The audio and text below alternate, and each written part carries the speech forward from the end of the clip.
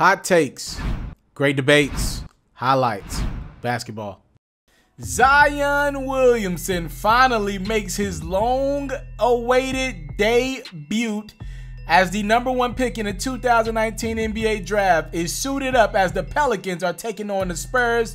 Alvin Gentry said he'd play Zion in 4-minute stretches. You saw the turnover on his first time touching the rock. That time a little better as Zion finds Brandon Ingram for the deuce. Zion getting his first shot up. He misses.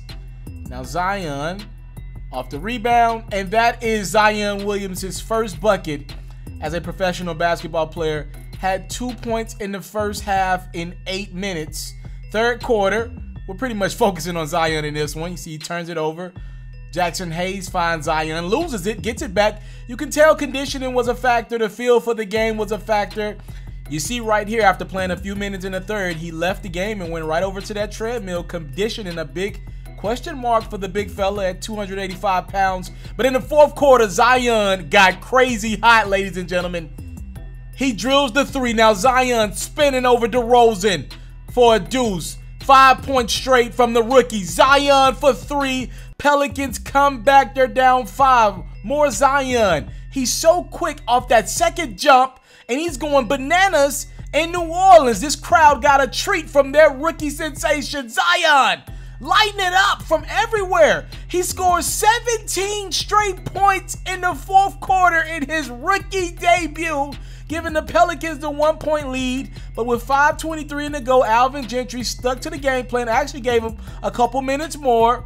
Zion was removed from the game. He wouldn't return. Again, that's 22 points, 7 rebounds in 18 minutes of action. DeRozan and Aldridge close this one out late. Spurs win. Who cares?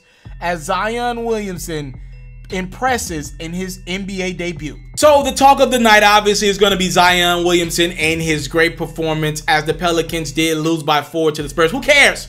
Who cares? We got Zion Williamson for about 18 minutes, gave me 22 points, 7 rebounds, and scored 17 straight points.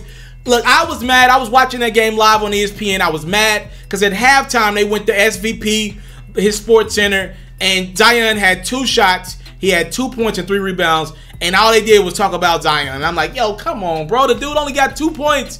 Talk about something else. Like, yo, don't force Zion on us. He's a #1 pick. He's going to be fantastic, but don't force it on us. Like, ESPN, I get it. You guys gave the Pelicans a lot of TV time, and Zion's been out for half the year. I get it, but don't force it on us. But he deserves to be talked about now. And just a heads up, as we get closer to playoff time, I'm going to hop on camera for a lot of these videos. When we get into playoffs, I'll be on camera for the end of all of my highlights. But obviously, Zion deserves to be talked about today. Going out and scoring 17 points in sensational fashion. He was incredible for that Pelicans team. I'm just kind of looking at the components of how this team is going to be structured going forward. You know, a lot of people are like, yo, Brandon Ingram's having his all-star caliber year. He should only get better with Zion in the lineup. I actually look at it a little differently. I think because B.I.'s an ISO guy, I think he's going to struggle to find his way with Zion. You know that Alvin Gentry is going to run that offense through Zion. The more minutes he gets under his belt and he gets his conditioning under himself, I think Lonzo's going to be the guy to benefit. Instantaneously, you saw that chemistry between Lonzo and Zion. Lonzo loves to facilitate, loves to pass the basketball. Now he's got a guy that can kind of see some of those quirky passes at the rim. Lonzo can really dish the basketball. He's got a really good feel for the game. I think Lonzo and Zion are going to be the ones that benefit from playing with each other the most. Lonzo don't want to take shots, and Zion wants to take shots, open shots at that. So I think this is going to be a good mesh between them. I want to know how that Brandon Ingram and Zion thing is going to work out. Brandon Ingram scored 49 points like a week or 2 ago. We were just talking about B.I. potentially being one of the last All-Stars, and now it seems like that's an afterthought. No one cares about that today. It's all about Zion Williamson's 17 straight points. And I wonder how that'll impact B.I., and I wonder how he'll find his way, because obviously with Zion in there right now, it's clogging up that lane a little bit. They have been able to play B.I. at the 4 a little bit, you know, run the 5 with Derek Favors or Jackson Hayes in the lineup as well. Jackson Hayes more agile than Zion right now, so you can move him around in the painted area. Derek Favors can knock down that mid-range shot. I wonder where B.I. is going to be able to isolate that with Zion clogging that lane, especially if they go Zion and Jackson Hayes or Zion and Derek Favors. We will see. I just think Zion's entirely too small to run him at the 5. I will see if the Pelicans do that lineup. I just don't think you can play him at the 5 when you got legit 7-footers in the league and he's no taller than 6'7", 6'8", best case scenario. I think if you're a Pelicans fan, though, that is more than enough to be excited about with Zion. And I'm fine with them taking Zion out at the end of that game and not bringing him back. I wanted them to bring him back so bad, the fan in me, but looking back, let him stay on that bench. It's not worth it. Let him get his condition under himself for a couple weeks.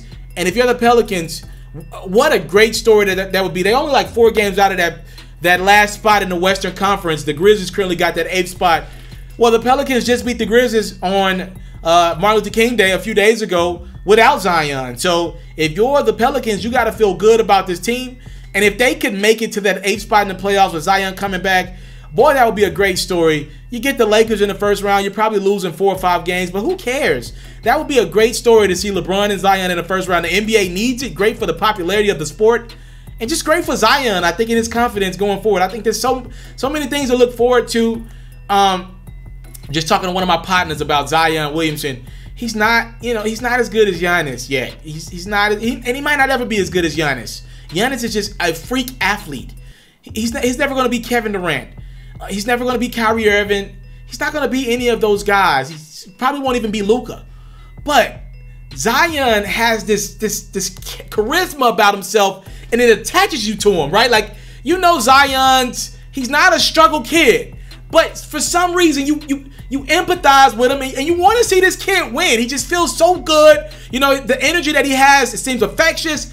You know he's a competitor. You want to see this dude win. And there's something about him, and you don't see that that often. We all followed him at Duke last year. He was one of the most popular college athletes we've seen in the last decade. Something about this kid, you want to get behind his story.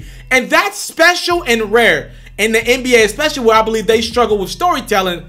I think he could go a long way and easily be popular in about 4 or 5 years. More popular than Harden, Giannis, KD, and all these other athletes who clearly are better than Zion will ever be. But something about Zion, this it factor that he has, it's a great story to follow. And I think we're fascinated by Zion, the story.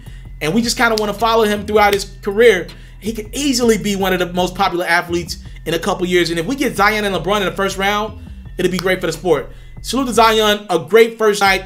You couldn't have, look, best case he would have won the game with a 3-pointer, right? But outside of that, you couldn't have asked more from this kid in 18 minutes, gave you 22 points. That's great. You into sports, we got you. NFL news, I got you. NBA news, NBA highlights, NBA full coverage, feature stories, all that great stuff, I got you. We even got a little bit of Madden and 2K mixed in. Subscribe to this platform, and I got you. More quality content on the way. Subscribe.